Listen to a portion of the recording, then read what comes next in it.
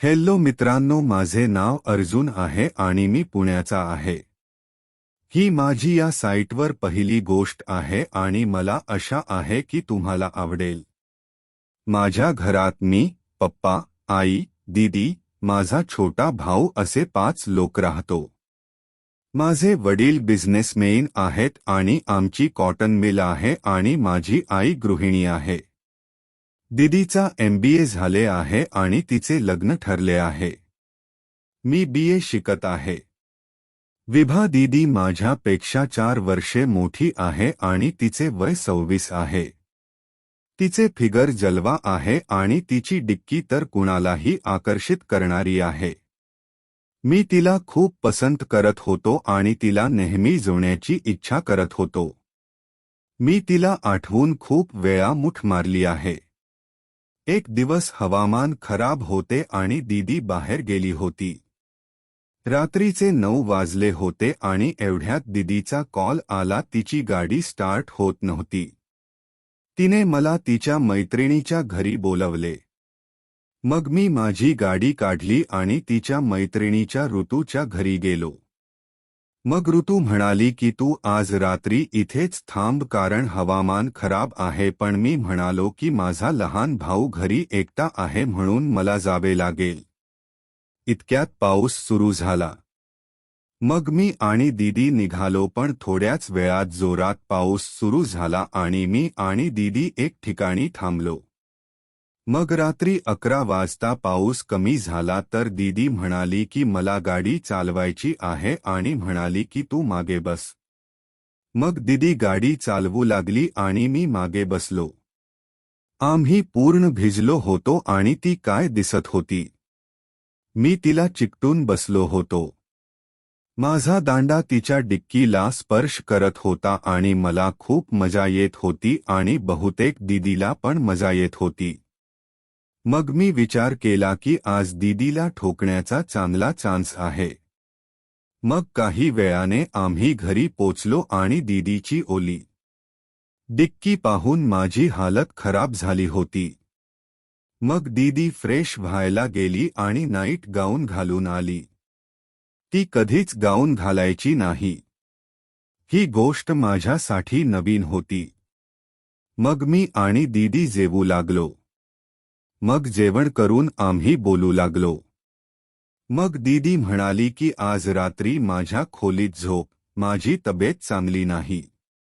मी खूप खुश होतो।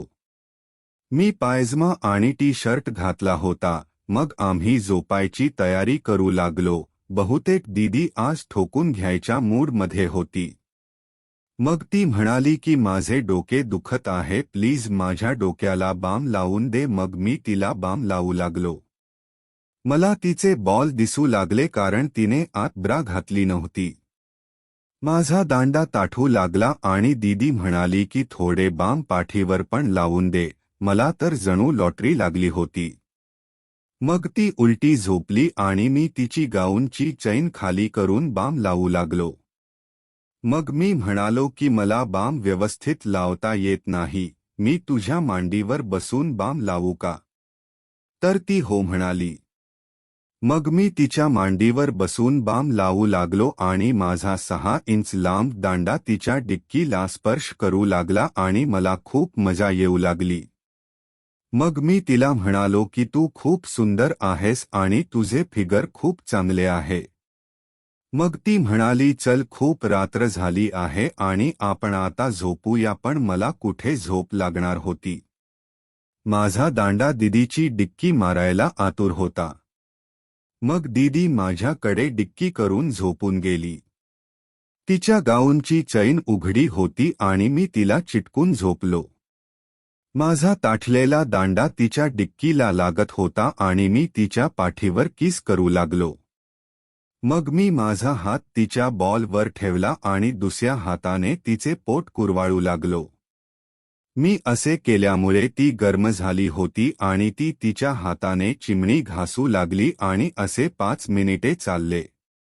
मग मी तिचा हात चिमणीवरून हटवला आणि माझा हात ठेवला आणि चिमणी घासू लागलो। मग तिला राहवले नाही, तिने माझ्याकडे तोंड फिरवले आणि किस करू लागली।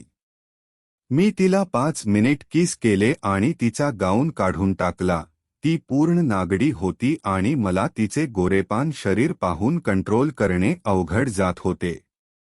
मग मी माझे सर्व कपडे काढून टाकले आणि आम्ही दोघे पूर्ण नागडे होतो. मग मी तिला बेडवर झोपवले आणि तिची चिमणी चाटू लागलो. तिच्या चिमणीवर बारीक केस होते.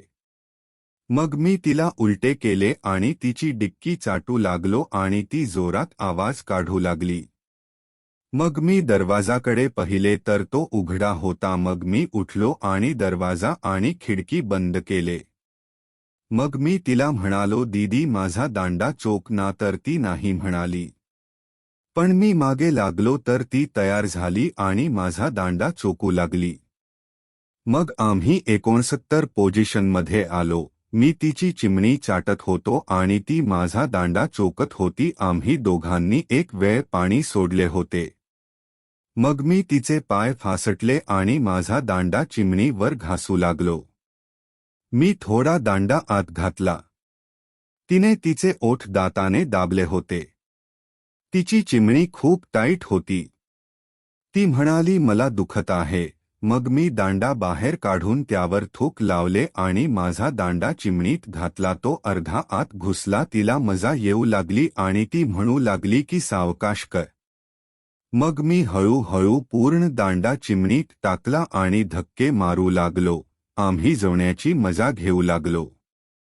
मग 20 मिनिटांनी मी तिच्या पोटावर आलो. मी टाईम पाहिला तर 1 वाजला होता.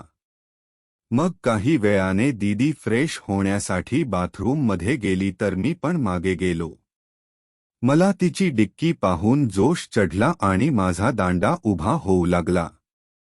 मी तिला मागून मिठी मारली आणि म्हणालो की मला तुझी डिक्की मारायची आहे. तर ती म्हणाली, नाही, डिक्की मारल्याने खूप दुखते. मग मी म्हणालो की दीदी मी खूप सावकाश करेन आणि जर त्रास झाला तर आपण करणार नाही. मग मी तिला उठवले आणि बेडवर उलटे झोपवले. मग मी बाथरूममधून साबण आणला आणि तिच्या डिक्कीवर लावू लागलो आणि माझ्या दांडावर पण लावला. त्यामुळे दांडा आणि डिक्की एकदम घसरणारे झाले. मग मी लाड तिच्या डिक्कीवर ठेवला आणि एक धक्का मारला तर अर्धा दांडा तिच्या चिमणीत गेला आणि ती ओरडली. मग मी तिचे बॉल दाबू लागलो आणि ती शांत झाली. मग मी धक्के मारू लागलो. मी पूर्ण दांडा डिक्कीत घुसवला आणि तिला आता मजा येऊ लागली होती.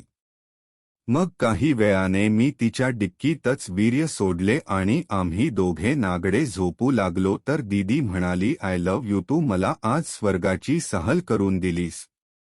मग मी म्हणालो, आय लव्ह यू टू दीदी आणि आम्ही झोपलो. सकाळी तिला सरळ चालता येत नव्हते आणि मग त्यानंतर मी तिला अनेक वेळा ठोकले. आता तिचे लग्न झाले आहे आणि जेव्हा चान्स मिळतो तेव्हा मी तिला जवतो.